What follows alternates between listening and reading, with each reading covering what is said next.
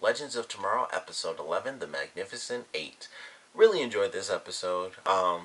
Honestly, it's probably because I'm a lot like Rip. I love Old West stuff. I don't know why. I just like the clothes, and I really love six shooters, which, random lesson, found out that most of the weapons in the Old West were not six shooters, but more like five shooters. So, really random stuff in this episode that I learned. Definitely a fun one though. I really liked seeing all the characters in the Old West.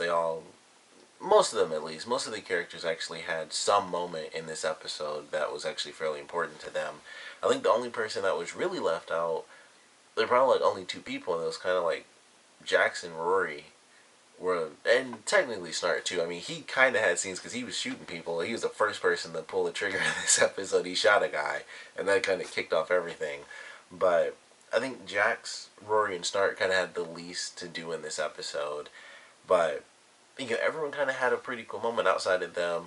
Sarah kind of accompanied Kendra. She wasn't like the main part of the story, but they had a scene later where it was really Sarah kind of helping Kendra, like, hey, I know you met your past life, and she mentions no matter what you do, if you're not with Carter, then you've kind of screwed up. But I think everyone had a pretty cool spotlight in this episode. Ray, of course, had probably the biggest with him becoming sheriff, and Rip had a really cool moment where we find out, of course, it wasn't that hard to figure out. It was very obvious from the beginning. Um, that he'd been back in time and stuff like that, and just all the way throughout, they had a pretty fun episode that didn't really. It was kind of filler until like the last little bit when the hunters finally came into play, and they get wiped out super fast. So we already have our next main villain coming in, which I'm incredibly excited for. This Pilgrim character, where it's like, who gives an F now? She will go back to whenever and just wipe them from history entirely. So I don't know how they could possibly stop her, especially with the way they did it, where she's already looking at someone. Um, so I'm not 100% sure who that was supposed to be, because I believe the kid had like slightly blonde hair. So I'm not sure, unless they're gonna say like Ray colors his hair or something like that. I don't know. Or it's supposed to be Rip. I think that would make a lot of sense as well. But they do a lot in this one. We get Jonah Hex in this episode. Not too much of really the supernatural side of his character, or really anything supernatural based. It was really just his characters in it, and he was cool. He knew Rip when Rip first went back in time. We find a little bit of extra information as well. They talk about like time fragments and stuff like that, which I thought was actually really cool, because it was it was something that they did within the episode that kind of showed where it's like they could do something very different. And I think it was basically the ending of the episode. It's like, with this being a time fragment, it's almost like it doesn't matter what they do a little bit. Like, if the Time Masters can't even see that point in time, it kind of makes you wonder, like, how crucial could it be if even the Time Masters can't see it? Like, can it really have that much of an effect? If it's the Old West, why not go somewhere else? Obviously, really the point was to have Jonah Hex in it. That's why they didn't go to another time period. But it just seemed interesting. It's like, okay, so they have these time pockets where, unless they do a certain amount of things, because they had to do so much stuff to kind of warp the timeline a little bit, that's what finally got the hunters in at the end of this episode. But until then, it was just all sorts of stuff. Like I said, we have Kendra, who runs into her former self, which I thought was actually really cool. And she gets, ultimately, it was kind of a bummer, really. I was like, oh, that's cool, because we find out that it's her. And then it's just like how she can't be in love. It's like, oh, that kind of sucks. But they do get a little bit of a lead as to where they can get a bracelet. Somewhat, they made it seem like they might actually try to go back and find it, because that's what Kendra says. It's like, oh, we can find it. So I don't know if they're actually going to try to travel a little bit further back, or just trying to figure out where those people are so that they have something. Um, but that was interesting. I was like, okay, so they have at least a clue as to where a new object is. That I would assume they can melt the objects down, because it was a bracelet. It was like, if there's anything, any object that was there when they died the first time can be used to kill Savage. And I'm thinking, like, the only way that could possibly work, I'm assuming, is if they just melt the thing down and turn it into a blade. That's the only way that works. But it's one of those weird things. Like, does that change the properties of it? Would that make it ineffective? If it does, that sucks because of course it's a bracelet. Unless they're just gonna bash his head in and use it like brass knuckles, kind of hard to kill someone, with a bracelet. So, it might not matter anyway because it was taken off the woman, the past life of Kendra, and taken by some random raiders or whatever. So it could come into play later. It might not. It could show up in a totally different timeline, which I thought was definitely possible, where it would show up in another timeline and it'd be like, oh, this is the bracelet, because they, like I said, they took time to mention one of the newer objects because it was normally just the blade, and I forgot what the second object was. I think it was another blade or something that could be used as a blade. So the fact that they kind of mentioned the bracelet and stuff like that might show up again. It might show up in another timeline. Kendra meeting herself, not, like I said, it was mostly the love story stuff. It's like, this is how we met, and then this is how he died, and, love somebody else, but it didn't work. It's either tragedy or heartbreak, and as sucky as both those options are, I think the better option would be heartbreak, so that at least Kendra and Ray are both still alive. But, I don't know, we'll see if they can actually change, what the older form of Kendra, Western Kendra, considers to be just full-on destiny. Like, that's it. Like, it's only the two of them. So that should be interesting. My girlfriend noticed something really funny, that the woman who plays older Kendra is flat out just a white lady, which I thought was pretty funny that she mentioned that. But she doesn't look like her really. But I thought that was funny when she said it, so I wanted to mention that to you guys. But outside of Kendra's storyline, like once, when Sarah and Kendra are kind of off doing that, where Kendra's trying to learn about herself, we have Sheriff Ray and pretty much the rest of the team. Like, we have the girls doing their own thing, and then basically everyone else is like, okay, we kind of need to go guns blazing, take out all the outlaws, scare them away so that the city's safe, even after we leave. And that pretty much just fails continuously. Like, they have a really badass scene in the opening. Even Jack says it. That was a cool scene for Ray, where he's first sheriff, and once again we have Snart, and he's the sharpshooter, and so he shoots the gun out of the guy's hand, and he's like, I got sharpshooters all around. Do you want to test me? And he's like, all right, let's get out of here, boys. And I was like, that really was a cool scene for him, and everyone's clapping, applauding him and stuff like that because he stood up to this gang as the new sheriff, which was a funny scene when the guy's like, they go in, it's like, we want to help you get rid of him, and he's like, do you have any experience with law enforcement? It's like, all right, here you go, new sheriff, I'm out of here because I'm done pushing my luck, I'm taking off. So I love the way that played out because it was just a funny scene where it's like, here you go, and he's just like, like, oh, this is happening.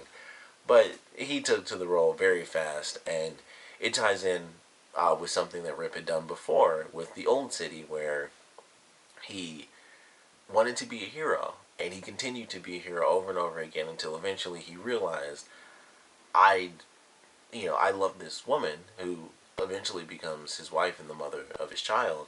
It's like, I love this woman and I do want to be with her, and that's what I'm going to do. I have to be a time master. So he leaves. And they have a great scene with Hex where it's like, he asks him, like, if you knew what was going to happen, would you have left? And he's like, I knew exactly what would happen. And he punches him in the face. I thought that was actually a really cool scene because it's like, that makes sense. And as he said, he does deserve that punch. And Hex was also right. He kind of deserves a bit more because he did know.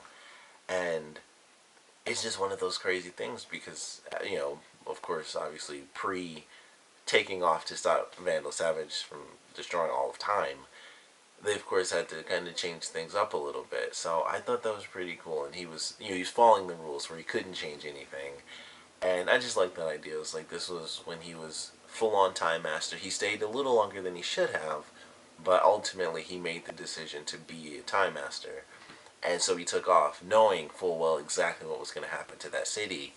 And of course that brings in the odd question of time travel again. It's like, was that city always going to be destroyed on that day, or did that change a little bit? And it's one of those weird things because they do this. This is the second time they've done this, and this time it was kind of like what Rip did, where it's like, maybe that's how it was meant to be all along, where he stayed there and then he left before the city got destroyed. he was always meant to do that because it was his future, I guess. I mean, they talk. It's weird. They kind of blend timelines a little bit because, or they blend time travel theories a little bit in this show because it's like, okay, the future isn't 100% set, but then there are some situations where clearly it's set in stone, like this episode with Stein, where he saves this young kid, and that kid turns out to be H.G. Wells, and it's like, okay, H.G. Wells exists, but obviously he would have died because he had tuberculosis, which couldn't have been cured at that time, and or at least it wouldn't have been cured. It was insanely uncommon because they mentioned that he said something like it's possible, but it's not used in. Ray mentions it's not exactly used in surgery or something like that. So I don't know. Not I guess it existed, but it's like clearly not used, not practiced exactly. But it's H.G. Wells, so he helped this kid live. Who the whole thing is like, oh, he's not meant to help this kid, but he saved him. And then it's a person that existed all along, and it was like, well, maybe he was supposed to help him, or maybe he did because of weird timeline stuff. But that's one of those things where it was like, well, that clearly was set in motion. They thought he was going against it by saving this child, but this child is someone who has already existed throughout history. So I thought that was an interesting thing. Something else they did with that, and this kind of annoyed me, and I didn't mention it the first time it happened because it was like, oh, that's a silly little thing. But this is the second time, and it was almost verbatim from the last time they did it. And when Stein says the kid's name, he uses the letter. He's like, "Oh, H.G. Wells." It was exactly the same as when Ray comments on the guy's kid who ends up being Bill Gates, and the guy's like, "Oh, Bill." Is like, "I like that," and then the little kid's like, "H.G. I like that." I was like, no one would say that. Like, first off, the guy in Ray's episode knows him to be like, "I'm suddenly gonna start calling my son Bill," because William, like, I don't know. And then this little kid is like, "I like H.G. Wells" and stuff. It was just really weird. It's like that's verbatim what they did the last time. Is like, oh, person from the future mentioned the name everyone says in the present, and then the person from the past is like, "I like that." All of a sudden, I've never thought of that myself, and I just thought that was weird. I was like, I wish they didn't do that twice, because the first time, like I said, it's like it was weird the first time because it was a guy talking about his son, like he never heard the nickname, which I always thought it was so weird that Bill was a nickname for William. But it's like he never even remotely considered that possibility ever. And it's like, huh, that's weird. Okay, slightly weird. And then they did it all over again. And I don't know if it was weirder or not because it was a young kid. Like if it was, I don't know. It's weird in general. Someone just suddenly being like, oh, this brand new nickname that I never considered before. I like that. So it was weird that it happened for a second time. But it just really stuck out because it was the second time they did it, and it was only like 2 episodes ago, and that happened before. So it really stood out to me. Or maybe I think that was actually the last episode. It was either I think it was the one before last. I could be wrong. I don't know. But they did that, and it was just like it happened again. So that really stood out to me. But back to like the whole theories and how they kind of blend certain ideas of time where it's not exactly set in stone, but then other stuff seemingly is set in stone, like the city being destroyed, because Rip knew it was going to be destroyed because it was destroyed in the history books, but was he always in that city before it got destroyed? All this weird stuff, and Stein saving H.G. Wells. Obviously, H.G. Wells existed, but they thought the whole episode that he was changing the past by saving this random child, but he ended up saving someone who we know. So it's just weird. It's one of those weird things. Like some stuff seems to be set in stone, and some stuff is fairly fluid. And who knows? Maybe he would have survived, and it's just random that he happened to. It happened to be easier because Stein was there. So I don't know. They seem to be blending things together, and it makes it a little confusing for me. But it doesn't matter because I enjoy it. To be totally honest, I don't really care. And plus, it's time travel. I don't know. None of us do. None of us really know. So they can blend it all they want, and technically, it works because it's all theoretical anyway. But I like what they did with this one. I like the Old West theme. I went on a super long rant about that. I haven't talked about the actual episode. But I did enjoy this one. It definitely had some good action. I really enjoyed the action. They had a cool shootout when they went to attack the gang, and then Rip had like a crazy awesome moment where they do the full on quick draw and everything. That I loved. Like they have it, the dude like flips his jacket, and then Rip flips his jacket and stuff, and he's got the revolver. And so it's just like everyone's just standing around like, what the heck's about to happen? And I knew, of course, he'd get the guy, but that doesn't happen in TV a lot. And like I said, I'm kind of a sucker for like Wild West stuff because it is a lot of quick draw and people just doing stuff that, and this is obviously during a time where it's not like people have training, to shoot guns and stuff like that. This is like you train yourself and you better train yourself pretty freaking good or you'll challenge someone to a duel, which stopped not too long ago. I'll be totally honest. You can look up some stuff probably from like 80, 70, 80 years ago. You'll probably find some stuff. Maybe, well, at this point, you probably have to go like 80, 90 years. But you look up some stuff, and you can find some real news stuff where it's like, oh, this person was challenged to a duel, and it's in like the newspaper. It's really weird, but that's not exactly that old. So seeing it in TV, I always think is pretty cool, and it's just an awesome scene for it as well. And it was just like everything's set in stone. Everything has happened as it was either meant to happen or not meant to happen, whatever. And we just come down to two guys in a duel by the end of the episode, and it was just a sweet moment. He just shoots that guy, takes him down. Gang goes away. Here come the hunters.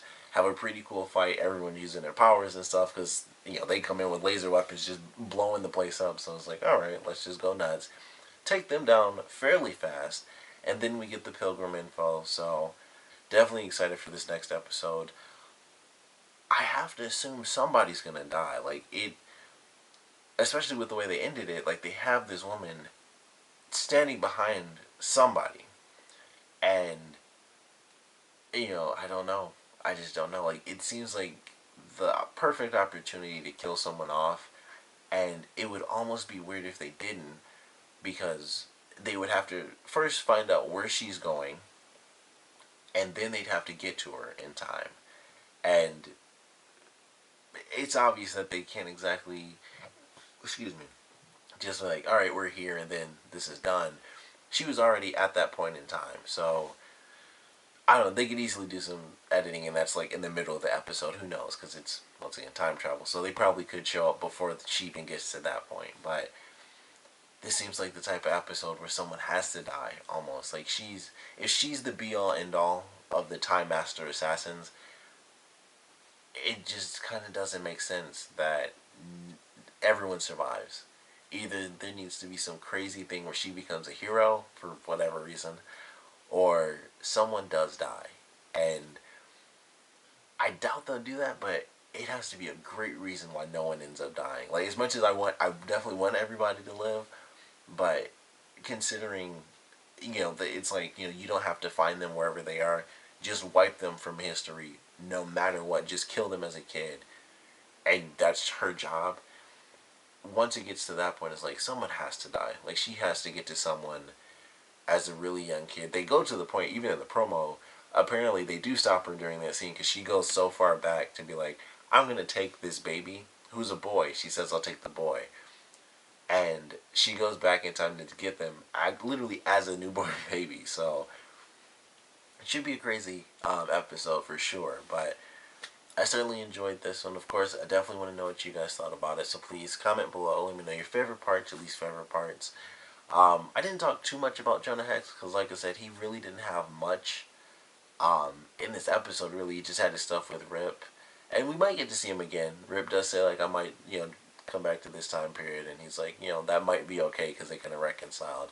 I would personally love to see that, but I definitely want to know, would you guys be interested in seeing Jonah Hex return?